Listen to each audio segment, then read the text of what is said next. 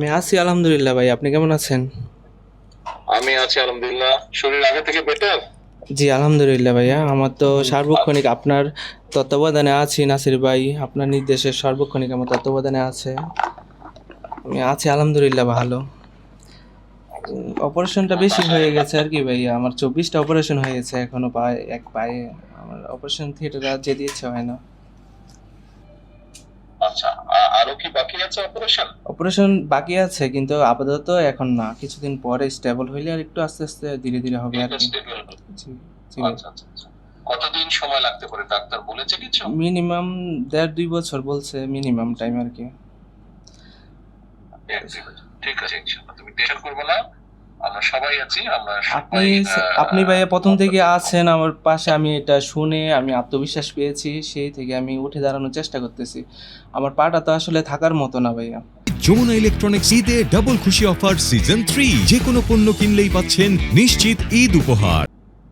আপনাদের দোয়া ভালোবাসা, আমি দেশ এবং দলের জন্য সার্বক্ষণিক।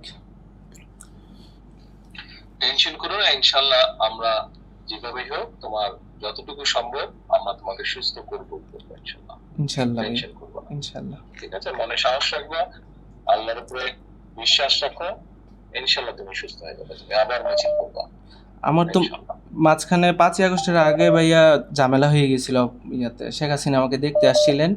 তো উনি বলে আমাকে, ওনাকে আপা বলতে। তো আমি বললাম, আপনি আমার পায়ে গুলি করছেন, আমি তো আপনার লোক না, আপনাকে আপা কিভাবে বলবো?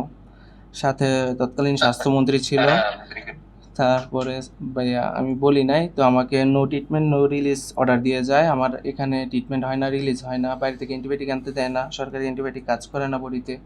খুব বিপাকে পড়ে গিয়েছিলাম।